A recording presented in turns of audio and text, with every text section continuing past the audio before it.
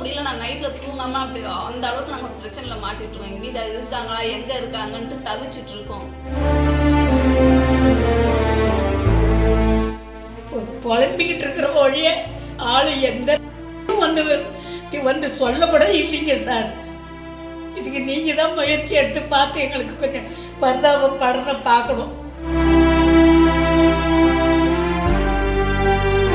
செய்துண்ணா, ஏன்னா அவங்கள தவிர எங்க வீட்டுல யாரும் சம்பாதிக்க யாரும் இல்லைங்கண்ணா. என் பசங்க 2 படிக்கணும், 9வது இன்னொன்று 11வது படிக்கிறாங்கண்ணா. என் வீட்டுக்காரர் மட்டும் வந்தா போதுண்ணா எனக்கு.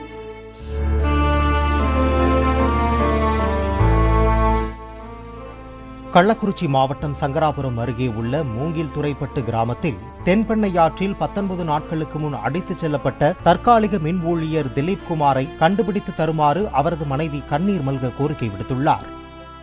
தண்ணியிலேயே தான் தேடிட்டு இருக்காங்க. இந்த மின்சாரத்துறையிலேருந்து வராங்க, 3 நாள் பணத்தை பற்றி பேசுகிறாங்க. நான் பணம் வேணாம், எங்கள் வீட்டுக்காரர் உயிரோட கொண்டு வந்து கொடுங்க, அவங்க உயிரோட தான் இருக்காங்க, கொண்டு வாங்கன்ற ஞாயிற்றுக்கிழமை மணிக்கு அவங்கள கூட்டின்னு போயிட்டு பணத்தை பற்றி பேசிட்டு 2வது ஒரே ஒரு ஆள் கூட வந்து எங்கள் வீட்டில் எட்டி பார்க்கல. நானே எங்கள் மாமியார் 2 பசங்க மட்டும்தான் வீட்டில் இருக்கோம். நம்ம போய் இபி ஆஃபீஸில் கேட்கறது கூட ஒரு ஆம்பளை கிடையாது எங்கள் வீட்டில். அவங்களுக்கு ஃபோன் பண்ணால் கூட அந்த கூட்டு பண்ண கண்ணனுக்கு ஃபோன் பண்ணால் கூட என் ஃபோனே எடுக்கிறது கிடையாது. எப்போ பார்த்தாலும் ஃபோன் பண்ணால் பிஸி, இல்லைன்னா ஃபோன் எடுக்கிறதில்ல. ஒரு நாள் அவங்களே ஃபோன் பண்ணால் தேடுறோமா அவ்வளோதான் சொன்னாங்க. 2வது இது வரைக்கும் எங்களுக்கு ஃபோன் பண்ணலண்ணா.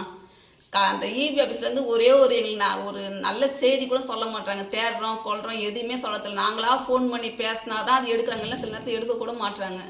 தயவுசெய்து எங்கள் வீட்டாரை கண்டுபிடிச்சிட்டு வந்து கொடுங்க. வெளியே போய் அந்த ஆட்டோவில் கூட அலௌன்ஸ் பண்ணி சொன்னேன், அது கூட அவங்க எதுவுமே கண்டுக்கவே கிடையாது. அப்புறம் ஏடி அப்புறம் கண்ணன்றவங்க ஒரு 4-5 பேர் இபிக்காரங்க வந்தாங்க. வந்து அந்த பணத்தை பற்றியே தான் பேசுங்க. என்ன உங்களுக்கு அமௌண்ட் வேணும், என்ன உங்களுக்கு அமௌண்ட் வேணும். நான் சொன்னேன் எங்கள் வீட்டுக்காரர் உயிரோடு இருக்காங்க, கண்டுபிடிச்சிட்டு வந்து கொடுங்க, இன்னும் கொஞ்சம் நல்லா தீவிரமாக இது பண்ணுங்கன்னு சொல்லி கேட்டாலும் அவங்க என்ன பண்ணுறாங்க, அந்த பணத்துக்கோசரம் 3 நாள் வந்து போனாங்க. தூங்க முடியல. நான் நைட்டில் தூங்காமல் அப்படி அந்த அளவுக்கு நாங்கள் பிரச்சனையில் மாட்டிட்டு இருக்கோம். எங்கள் வீட்டில் இருக்காங்களா எங்கே இருக்காங்கன்ட்டு தவிச்சிட்டு இருக்கோம். அப்படியே ரொம்ப கஷ்டமா. அந்த ஆள் அவங்க வேலையை மட்டும்தான் பார்த்துட்டாங்க, தவிர வேற எதுவுமே இல்லை. அந்த பணத்தை பற்றி பேசுறதுமே அவங்க வாயை மூடிட்டாங்கண்ணா. அவங்க பணத்துக்கோசம் தான் வந்து இங்கே இது பண்ணிட்டு இருந்தாங்க. 3 நாள் ஆறுதல் சொல்லிட்டு இருந்தாங்க. அந்த பணத்தை பற்றி கேட்டதான் அவங்க வேலையை முடிச்சுட்டு அவங்க கிளம்பிட்டாங்க. எனக்கு பணம் தேவையில்ல, எங்கள் வீட்டுக்காரர் தான் வேணும். எங்கள் வீட்டுக்கார கண்டுபிடிச்சிட்டு வந்து தரலன்னா நான் சும்மாவே இருக்க மாட்டேன். செய்துண்ணா, ஏன்னா அவங்கள தவிர எங்கள் வீட்டில் யாரும் சம்பாதிக்க யாரும் இல்லைங்கண்ணா. என் பசங்க 2 படிக்கணும், 9வது இன்னொன்று 11வது படிக்கிறாங்கண்ணா. என் வீட்டுக்காரர் மட்டும் வந்தால் போதுண்ணா எனக்கு.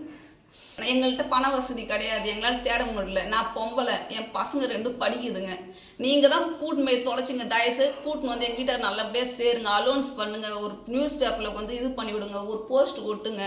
சும்மா தெருவுக்கு ஒரு மூலையில் ஒட்டுறாங்களே தவிர மீதி பேர்லாம் ரீச்சே ஆகல. அது நாங்களாம் ஃபோன் எடுத்துமே காமிச்சா கூட தெரியலன்னு சொல்கிறாங்க. நீங்கள் தான் முயற்சி பண்ண, மின்சாரத்துறை தான் முயற்சி பண்ண. ஏன்னா கூட்டின்னு போனது அவங்க தான் முயற்சி பண்ண. எங்கள் வீட்டுக்காரர் உயிரோட கொண்டு வந்து எங்கிட்ட விடணும்.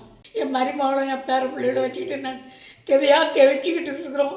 யாரும் வந்து என்னன்னு கூட கேட்க மாட்டேன்றாங்க. வந்து அன்னைக்கு கூப்பிட்டுட்டு போன கூட வந்து பார்க்க மாட்டேன்றான்.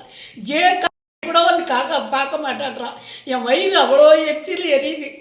புலம்பிக்கிட்டு இருக்கிற வழியே ஆள் எந்த நாயும் வந்து சொல்ல கூட இல்லைங்க சார். இதுக்கு நீங்கள் தான் முயற்சி எடுத்து பார்த்து எங்களுக்கு கொஞ்சம் பரிதாபப்படன பார்க்கணும். வேறு யாருமே எங்களுக்கு இல்லை. நாங்கள் அனாதையாக தான் உட்காந்துருக்குறோம். இப்போ அதுதான் எங்களுடைய முடிவு.